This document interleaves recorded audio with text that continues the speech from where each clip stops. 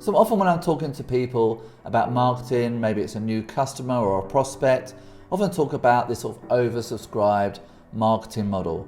And in my experience, people really love the concept of this. I mean, who doesn't like the idea of having hundreds, maybe even thousands of people queuing up to buy your products and services? But when I explain actually there's mechanisms that need to be put in place to achieve that, I'll be honest, many people kind of back away from the idea. The reality is it's more convoluted, it's more complex, it takes more effort to achieve this. But I think it's time and energy really well spent.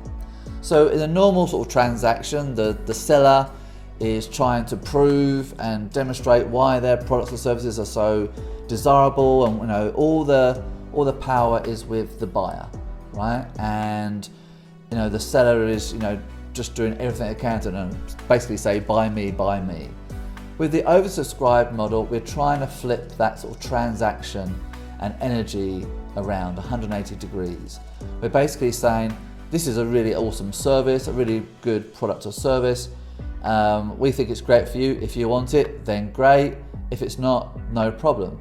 We actually have a waiting list of customers for this, so kind of get in early if you don't want to miss this opportunity. That's the kind of language and approach we want to take with the oversubscribed model. So I stumbled across, in fact, first of all, a YouTube video of this lady, and a really excellently produced YouTube video. I'm not going to go into the video here, but just have to take my word for it. Really highly, just a brilliantly produced YouTube video. And at the end of that, it's basically, a sales video, and it's saying, come over to this landing page to potentially buy my course. So I clicked on here and I've gone here to learn a little bit more about it, course. And we can see here this kind of oversubscribed model in effect. And that's why I thought I'd use this as an example just to kind of raise this subject, because it's something I want to talk a bit more about. And we can see here that this supercharged mastermind is actually closed for enrollment. So I've landed here, and I know the video is not that old, and I landed here pretty swiftly and it's already closed. So rather than this kind of buy me, buy me, buy me, it's saying, hey, we're already popular.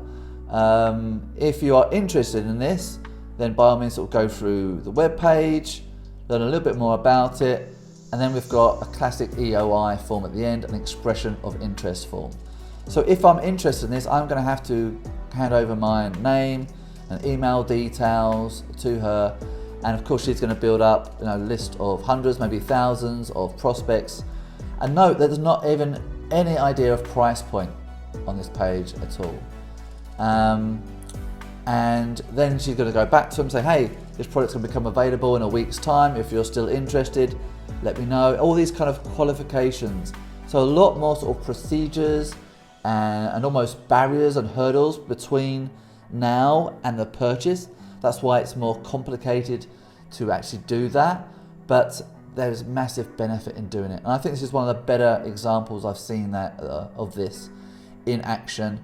And that's why I thought I would point this out. I also happen to know that even if you kind of qualify, and there is qualifying sort of questions and sort of thresholds you need to achieve to be considered for this course, she will then insist on having a one-to-one with you to make sure there's a really good fit, to use her language, before allowing you on the course. So again, all the sort of energy is with, in this case, the seller, and that's usually the other way around. And I'd say there's many massive advantages in taking this approach. So I'd really recommend, if you're marketing your business, to consider some of these kind of oversubscribed marketing models.